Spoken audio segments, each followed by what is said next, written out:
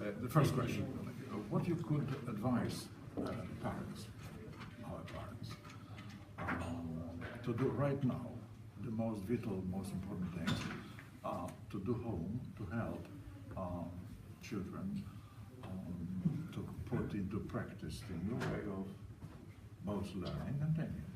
Not only to help the home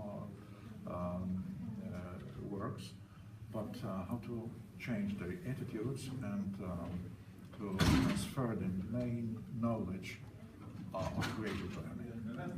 Wonderful. There are easy ways to do it. Parents are the teachers of the future. They are teaching their babies, their children, and all the science and all the research and all the discoveries around the world, in all societies and in all sciences. All those researches are showing that the human brain is incredibly powerful. It's incredibly intelligent. And the baby, right, the just born baby, is a genius. So the way to be a parent is not just to teach it the language, but to look after it and to inform it, to educate it. So if you were a baby, right, and I were the parent, I would be saying, "You're brilliant. You're my son. You're amazing." Sorry, my fault. So, I'm your Father. correct. I'm your child. You're my baby. You're the child. So I would say to you, you're not only my son who I love, but you are my son and you're brilliant. Your brain is astonishing. And I'm going to show you how smart you are. I will show you how you can draw.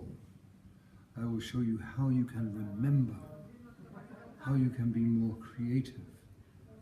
I, your father, will show you that all the research that said the brain gets worse as it gets older is now changed. And as you grow through life, you'll become more intelligent, you'll get better at mathematics, better in memory, better in learning, better in thinking. You'll be able to take books and you'll swallow books for breakfast. And your memory of what's in your books will be wonderful. I'm giving you a new hobby, not just collecting stamps or collecting numbers. New hobby, my son, is make a hobby of your brain. Your brain is 10,000 times more powerful than the world's best supercomputer. And you've got one.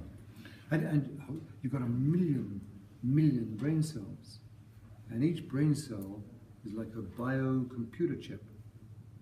And each brain cell is more powerful than a supercomputer.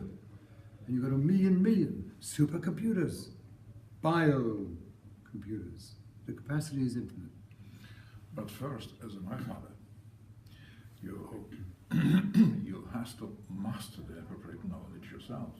How to draw, how to train my memory, of course, how to make a note, incorporate, and so on and so on. So it means that you are, in a sense, obliged to get this knowledge first. Absolutely. Using all the possible sources of information. Yes, you a parent, have to make your brain your hobby. First. Yes, first. Because then you can manage this phenomenal thing called a brain. You can manage the manager of knowledge, which is the brain. You can manage the multiple intelligences. You've got to teach your child the development of its mathematical intelligence, its verbal intelligence, its physical intelligence, its sensory intelligence, its social intelligence, its personal intelligence, its spatial intelligence, it's ethical, spiritual intelligence, it's creative intelligence.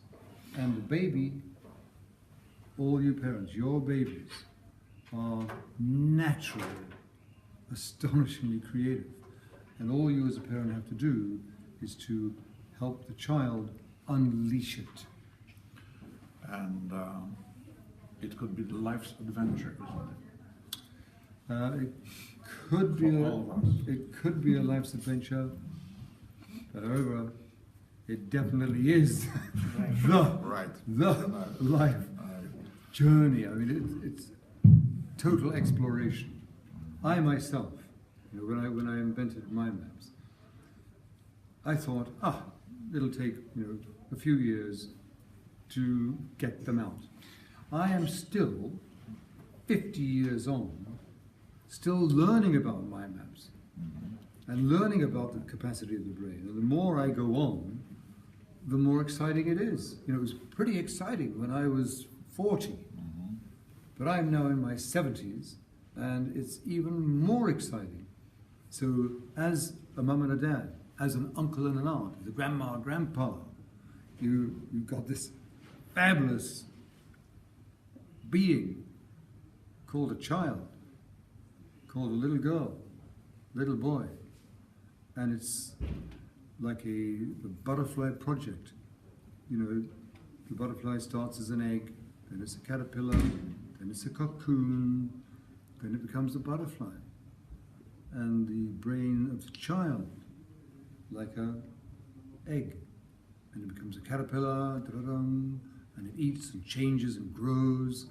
Then it's in a cocoon where it thinks and dreams and transforms, and out comes a butterfly.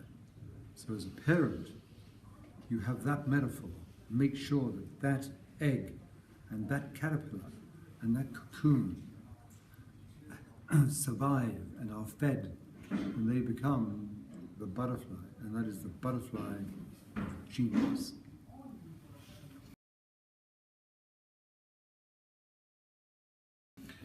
And next question. Actually, the same question. But let's change the environment. Of course. Let's move from family to the school.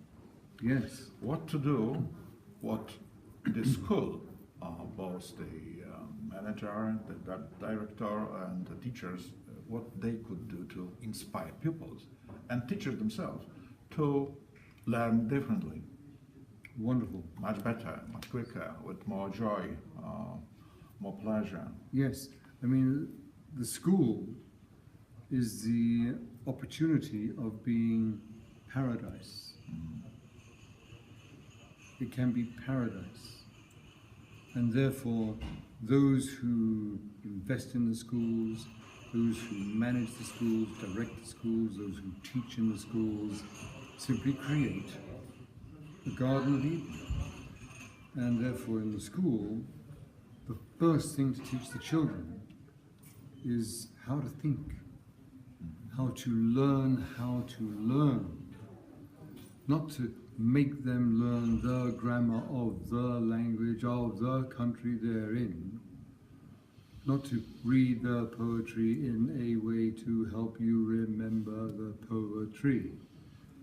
You start by telling the children, "Hey, you children, you're all fantastic. Boy, you're brilliant. Any questions?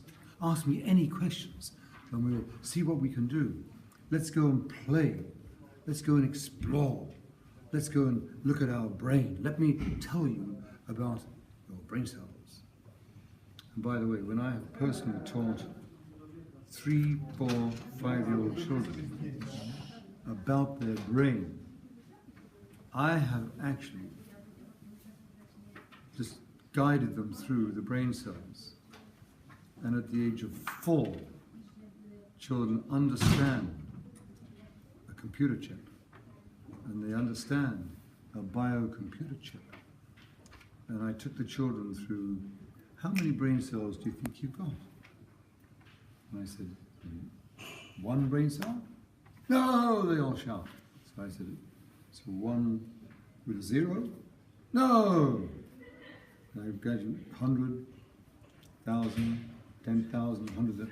And they were saying, no, yeah, seeing how many, and it built up, and when it came to a million, when it became a million, all the children went, yay! 3, 4, 5-year-old children saying, yay! I've got a million brain cells. And off they went, and they were joyful, happy, energetic, and they loved to learn because they knew they could. It's much more than we expected, sir. Thank you very much. Well, let's do more. Yeah, I know. The other thing we need. Yeah. When it will be done, okay, I'll send you. Let's just do one more. Sure, absolutely. Thank you. So one of the first things to teach the children is language, and teach them what the language of their brain is. And there's an exercise you take them through where you give them a little game to play, where they work out the language that their brain uses. And then they discover, the mind map. And then you have them do mind maps. And you show them mind maps. You can do that physically, you can do it electronically, you can allow them to communicate to the world and learn at incredible accelerating speed with the human language, the mind map. And join the Butterfly Project. We certainly do, me personally.